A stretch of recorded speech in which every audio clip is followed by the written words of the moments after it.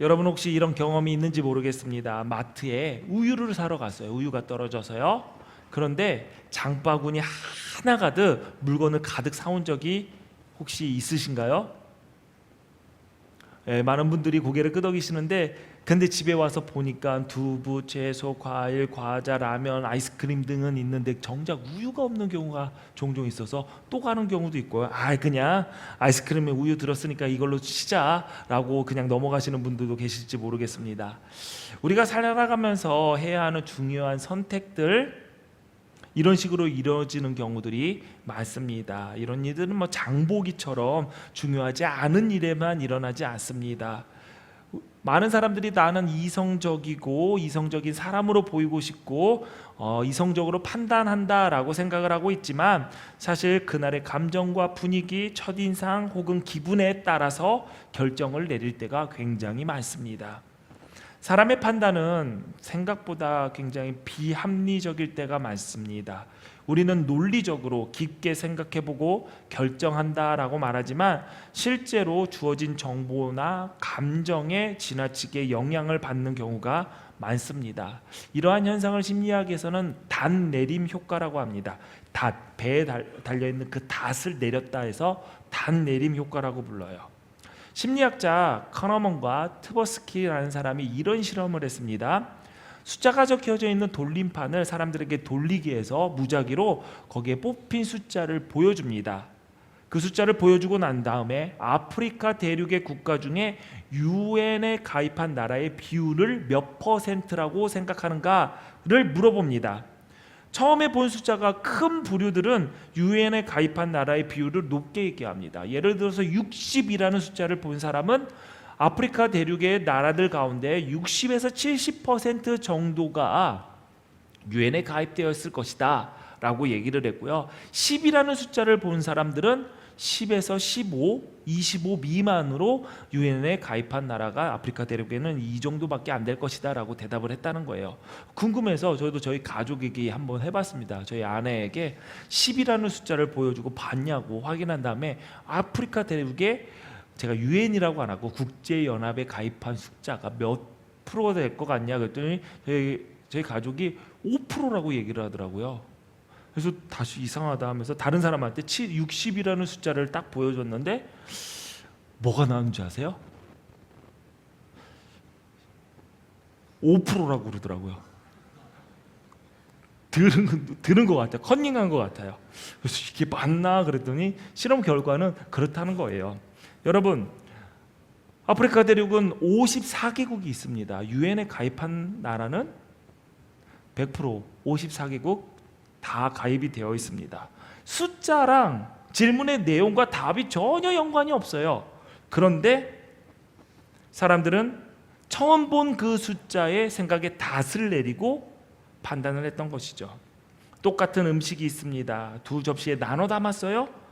한 사람에게는 같은 사람에게 이렇게 얘기합니다. 이 두 음식 중에 맛있는 음식을 골라줘라. 하나는 냉동식품을 전자레인지에 해동해서 돌린 거고, 하나는 유명 셰프가 요리한 음식이다 라고 얘기를 합니다.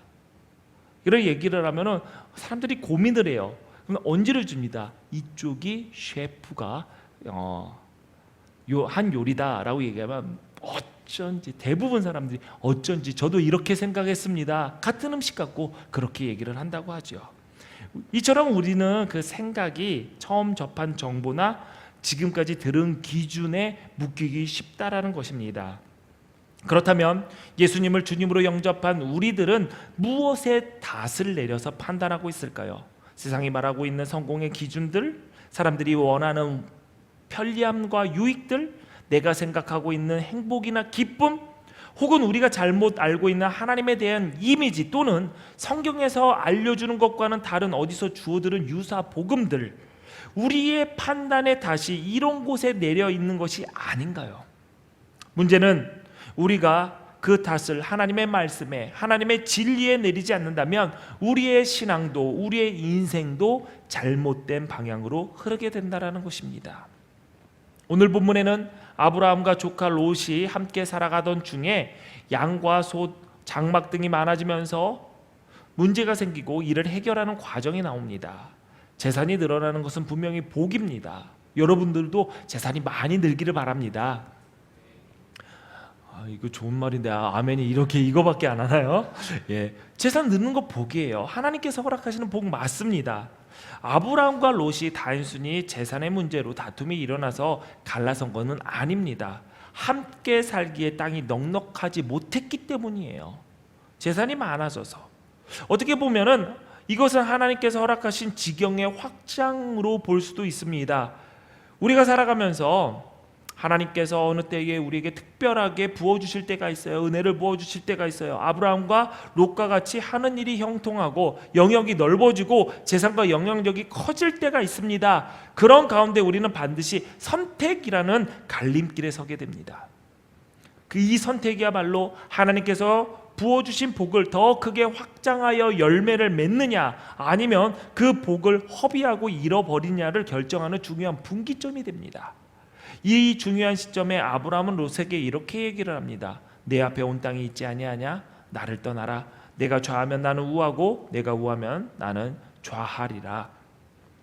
아브라함은 롯의 삼촌이었습니다. 서열과 권위 면에서 먼저 선택할 수 있었습니다. 그럼에도 불구하고 그 선택권을 조카인 롯에게 양보를 하지요.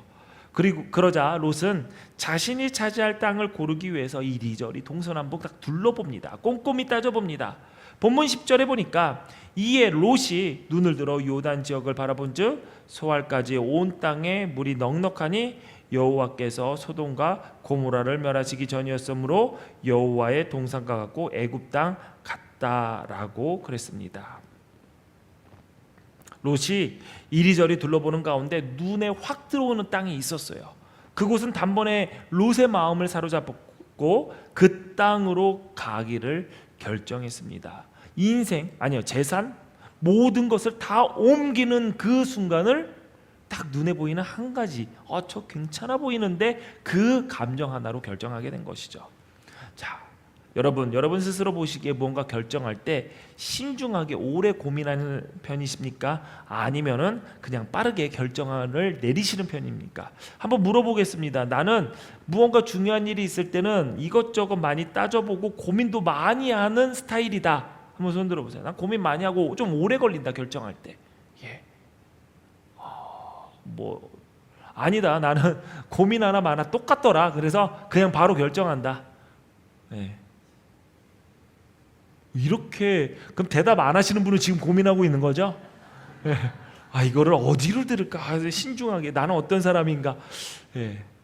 그러면은 일부 예배 때는 보니까 내가 좀 빨리 결정하는 편이다가 한 40% 정도 되고 고민한다라는 분들이 60% 되는데 여기는 한 20%, 10%, 20% 미만이 내가 빨리 결정하고 대부분 시간이 오래 걸리는다고 생각을 하시네요.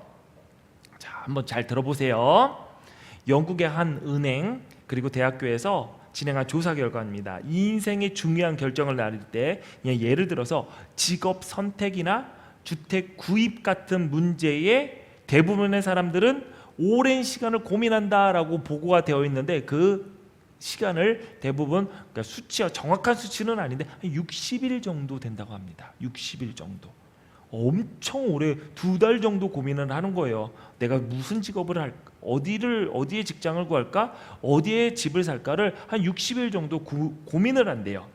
근데 이 60일 동안 무엇을 고민을 한가 알아봤더니 오랜 시간 가운데 많은 부분이 어떻게 하지?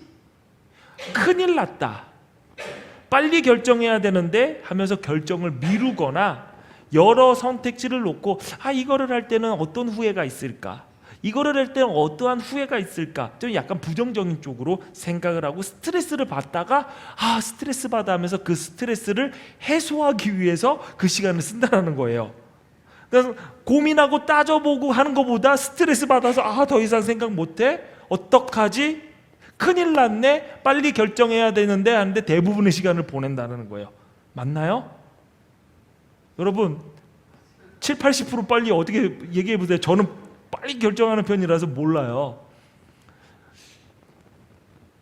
많은 사람들이 이렇게 얘기합니다. 나는 정말 고민을 많이 하고 신중하게 결정한 거야 라고 말하지만 대부분 짧은 시간 안에 판단을 내리고 오래 고민했다라고 생각한다라는 것이죠. 이게 왜 은행에서 조사를 했을까요? 아마 제 생각이에요. 제 생각인데 은행에서 주택 구입을 하면 대출을 해야 되는데 대출을 안 하는 거야 하면서 고민만 하다가 얘네들 왜 이러나 하고 학교에 같이 심리학이 있는 이제 학교에 연락을 해서 이걸로 한번 조사를 해보자 하고 조사를 한 거예요. 그래서 은행이 사람들은 이렇게 고민만 하는구나라는 것을 이래서 대출을 안 받는구나 이런 거를 한번 알아보려고 조사를 한 것 같습니다. 여러분, 사람을 만나고 이 사람과 좋은 관계를 맺어야겠다, 아니다 이 사람은 사기꾼 같아, 이상의 관계를 조금 맺지 않고 거리를 둬야겠다라고 결정을 하는데 고민하는 시간 7초 미만이라고 합니다. 실제로 처음 만난 사람에 대해서 어떤 사람인지 판단을 하는데 7초가 걸린다고 해요. 괜찮은 사람 같은데? 아닌 것 같은데? 이러한 판단들이 굉장히 짧은 시간 안에 이루어진다는 것입니다. 찰나의 시간에서 얻은 정보로 판단을 하고 그 판단을 바탕으로 해서 관계를 시작하거나 관계를 끊거나 거리를 두는 것이죠. 그래서 사람들이 외모에 신경 쓰는 것을 두고 속물이다, 겉모습에만 치중한다라고 쉽게 말하지만 이것이 인간의 본능적인 판단 과정임을 알면 더 이상 탓할 수가 없는 것입니다. 그러니 여러분들 다닐 때 깔끔하게 하고 다니시고 옷도 신경 써서 입고 다니시고 미술 공부도 열심히 하셔서 도화지에 잘 그리시기를 바랍니다. 7초 걸린대요. 7초. 머리도 잘 하시고요. 여러분, 예수 믿는 우리들이 언제 어디서나 누구를 만나든 예수님의 향기를 풍길 수 있도록 항상 신경 쓰고 준비되어 있어야 합니다. 7초라는 짧은 시간 가운데 우리의 흐트러짐, 우리의 무너짐이 성도와 교회 공동체에 대한 오해를 가져올 수 있기 때문입니다.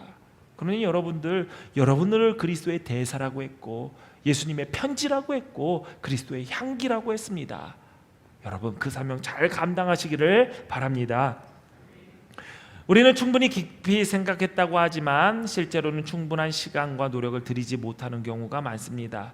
롯이 자신이 가야 할 미래의 터전을 선택할 때 그 땅이 어떤 곳인지 그리고 그 땅에서 어떤 미래를 세워야 할지 깊이 고민하지 않았습니다.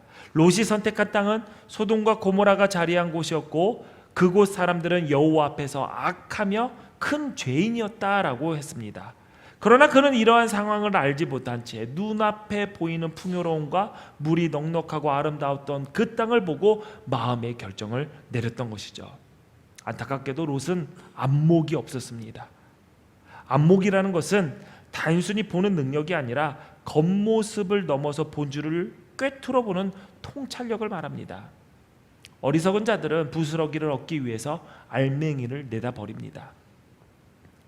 원숭이에게 바나나를 줬어요.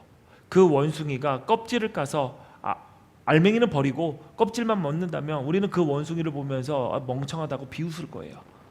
우리 중에는 그런 행동을 하는 사람은 아무도 없을 것입니다. 그러나 영적인 세계에서도 과연 그렇다라고 자신할 수 있을까요? 바울은 로마서 1장 23절에 인간의 어리석음에 대해서 이렇게 지적을 합니다. 우리 같이 읽습니다. 시작. 왕을 사람과 새와 짐승과 기어다니는 동물 모양의 우상으로 바꾸었느니라. 아멘. 썩지 아니하는 하나님의 영광을 썩어져 버릴 걸로 바꾸었다라는 것이죠. 껍질을 먹고 알맹이를 버렸다라는 겁니다. 이어 바울은 사람들이 하나님의 진리를 거짓으로 바꾸고 창조주보다 피조물을 더 경배하며 섬겼다라고 말합니다. 썩어져고 타락한 피조물을 더 귀중하게 여기는 것이 인간의 어리석음이라는 거예요. 진리가 주어졌지만 그 진리를 왜곡하고 거짓으로 바꾸어 버리고 창조주 하나님을 제쳐두고 피조물을 더 높이며 섬긴 것입니다. 에레미야 또한 이스라엘 백성을 향해 같은 죄를 책망합니다. 에레미야 2장 11절에 보니까 어느 나라가 그들의 신들을 신 아닌 것으로 바꾼 일이 있느냐? 그러나 나의 백성은 그의 영광을 무익한 것과 바꾸었다라고 했습니다. 이처럼 사람들이 영원한 것을 버리고 썩어져 갈 것을 붙드는 이유는 영원한 가치를 볼 수 있는 눈, 진정으로 가치 있는 것을 분별할 수 있는 지혜가 없기 때문입니다. 롯은 먼저 선택할 기회를 가졌어요. 좋은 자리를 먼저 차지할 수 있는 유리한 상황이었지만 그는 그 기회를 제대로 활용하지 못했습니다. 그에게는 안목이 없었기 때문이죠. 그래서 그 롯의 선택은 겉으로 보기에는 굉장히 합리적이에요. 지혜로워 보여요. 성공한 것 같아요. 그러나 본질을 놓쳐버린, 세상에 떨어져 버린 부스러기를 붙잡는 결정이었던 것입니다. 안목을 결정짓는 것, 그것은 내가 어디에 생각에 닷을 내렸느냐의 문제입니다. 세상에 닷을 내리면 세상의 기준으로 보게 되고, 하나님께 닷을 내리면 비로소 그제서야 영원의 눈으로 볼 수 있기 때문이죠. 고린도후서 4장 18절에 우리가 주목하는 것은 보이는 것이 아니요 보이지 않는 것이니 보이는 것은 잠깐이요 보이지 않는 것은 영원하다라고 했습니다. 롯은 요단 들판을 보면서 에덴의 동산 같다라고 생각했어요. 그리고 자기가 본 것, 자기 눈에 보이는 것에 주목했습니다. 그래서 그 땅 이면에 죄와 심판이 도사리고 있었지만 롯은 그것을 보지 못했어요. 결국 그는 잠깐 보이는 것을 선택했고, 그 잠깐 보이는 것이 사라질 그 시간에 롯 또한 함께 무너지고 말았습니다. 반면에 아브라함은 하나님의 약속에 단 내린 사람이었습니다. 그래서 너가 좌하면 내가 우하겠다, 너가 우하면 내가 좌하겠다라고 말할 수 있었던 것이죠. 아브라함이 택해야 할 것은 좋은 땅이 아니라 나는 하나님의 약속을 택할 것이다 라는 믿음에 다시 내려져 있었기 때문입니다. 안목, 통찰력, 인간이 본래부터 가지고 있는 능력이 아닙니다. 인간이 경험하고 훈련하고 쌓아나갈 수 있는 것이 안목과 통찰력이 아니라는 것이에요. 그러면은 롯도 아브라함과 같은 안목을 가졌어야만 합니다. 왜 그러냐면 아브라함과 롯은 같은 공간에 있었고 같은 사건을 겪었고, 그렇지만 그 둘 차이는 분명했습니다. 아브라함이 하나님의 약속을 들은 그때를 보면 그 차이를 알 수가 있습니다. 창세기 12장 4절에 보니까 이에 아브라함이 여호와의 말씀을 따라갔고 롯도 그와 함께 갔다라고 했습니다. 아브라함은 여호와의 말씀을 따라갔고 롯은 여호와의 말씀을 따라가는, 보이는 아브라함을 따라간 거죠. 그 차이입니다. 하나님의 말씀을 따라간 아브라함은 가는 곳곳마다 제단을 쌓고 하나님의 이름을 부르며 예배했습니다. 반면에 롯은 보이지 않는 하나님의 약속이 아닌 보이는 사람 아브라함을 따라갔고 보이는 것에 이끌려 판단하고 선택하는 삶을 살아갔던 것이죠. 우리는 눈에 보이는 것이 아니라 세상의 기준을 따라가는 것이 아니라 하나님의 말씀을 따라가야 합니다. 우리가 하나님의 말씀을 가까이 하고 묵상해야 하는 이유는 바로 말씀을 통해서만 안목이 생기기 때문입니다. 시편 119편 99절 100절에 보니까 내가 주의 증거들을 늘 읊조림으로 나의 명철함이 나의 모든 스승보다 나으며 주의 법도들을 지킴으로 나의 명철함이 노인보다 낫다라고 했습니다. 여기서 나오는 명철함이 영어 성경에는 인사이트라고 번역이 되어 있는데 통찰력이라는 뜻을 가지고 있습니다. 하나님의 말씀을 따르는 자, 주의 증거를 늘 읊조리는 자, 주의 법도를, 주의 말씀을 따르는 자, 지키는 자는 명철과 통찰력을 얻게 되는 것이죠. 여러분, 명철과 통찰력은 스스로 가질 수 있는 능력이 아닙니다. 하나님의 말씀을 붙드는 자, 지키는 자, 따르는 자, 순종하는 자가 자에게 주시는 하나님의 은혜의 선물입니다. 하나님께서 아브라함에게 말씀하십니다.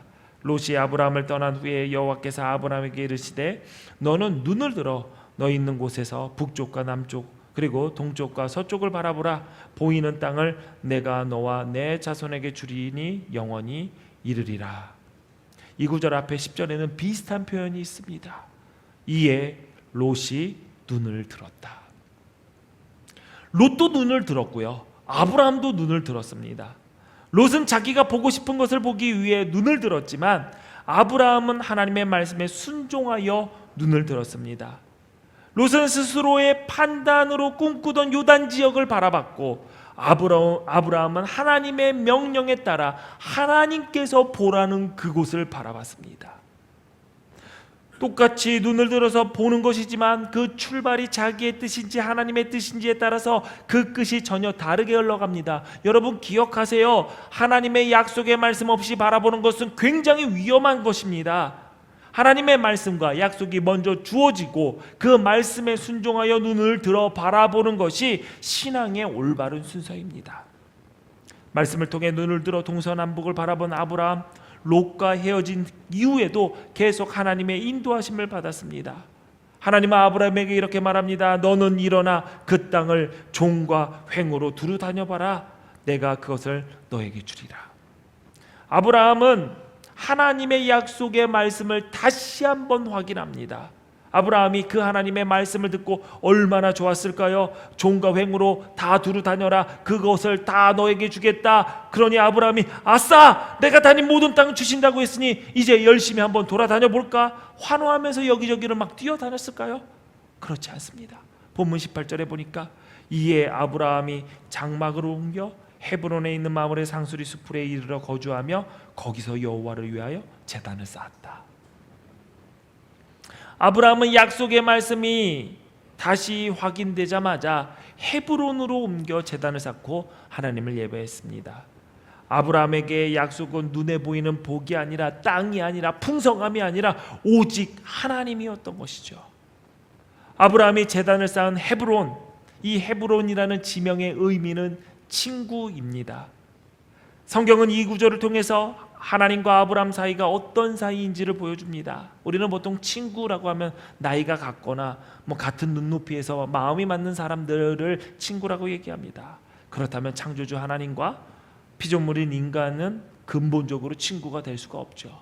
그러나 하나님은 어떤 이들을 친구로 삼으시고 이는 나의 친구다라고 합니다. 야고보서 2장 23절에 보니까 이에 성경에 이른바 아브라함이 하나님을 믿으니 이것을 의로 여기셨다라는 말씀이 이루어졌고 그는 하나님의 벗이라 칭함을 받았다라고 했습니다. 이 문장 앞절을 보면 아브라함이 하나님을 믿었다라는 것은 하나님의 약속을 믿고 행함을 의미합니다. 하나님의 뜻을 알고 그 뜻에 순종하는 사람, 하나님의 약속과 계획을 믿고 따라가는 사람, 하나님은 그 사람을 친구로 삼으십니다. 아브라함은 그런 믿음의 사람이었습니다. 하나님께서 아브라함을 친구라 부르신 그곳 헤브론에서 제단을 쌓고 하나님께 예배했습니다. 헤브론은 아브라함에게 매우 특별한 장소가 되었습니다. 하나님께서 자신을 친구라 불러주신 곳이기에 그곳에서 아브라함은 예배로 응답했고 그 믿음의 고백을 제단 위에 올려드렸습니다. 뿐만 아니라 헤브론은 아브라함이 가나안 땅에서 처음으로 자신의 소유로 산 땅입니다. 그곳에 있는 막벨라 굴은 후에 아브라함의 가족묘가 되어서 사라와 아브라함, 이삭과 리브가 야곱과 레아가 함께 묻히는 믿음의 유산의 땅이 되었습니다. 헤브론은 단순히 지명이 아니라 하나님과의 우정이 시작된 땅, 믿음의 가정이 세워진 땅, 그리고 약속의 유산이 이어지는 출발점이 된 땅이 된 것이죠.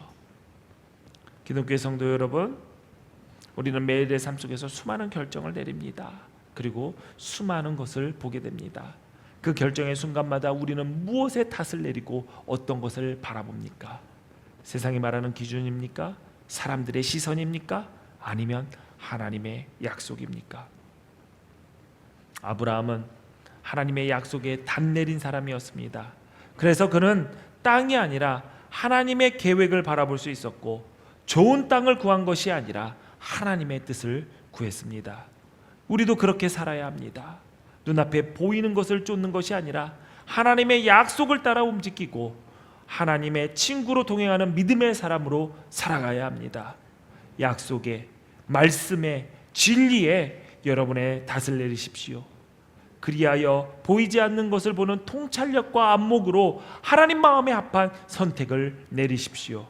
그때에 하나님께서 우리를 친구로 부르시고 우리의 삶을 헤브론의 제단처럼 은혜의 터전, 약속의 유산이 되는 삶으로 이끄실 것입니다. 이 복된 삶의 주인공이 되시기를 주님의 이름으로 축원합니다.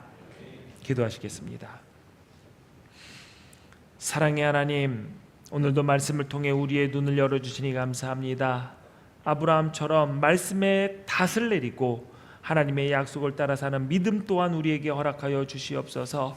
눈에 보이는 것에 이끌리지 않도록 하나님 우리에게 안목을 주시고 영원한 것을 붙들 수 있도록 통찰력을 허락하여 주시옵소서. 그리하여서 우리의 삶이 헤브론의 제단처럼 믿음의 유산이 이어지는 복된 터전 되게 하옵소서. 예수님 이름으로 기도하옵나이다. 아멘.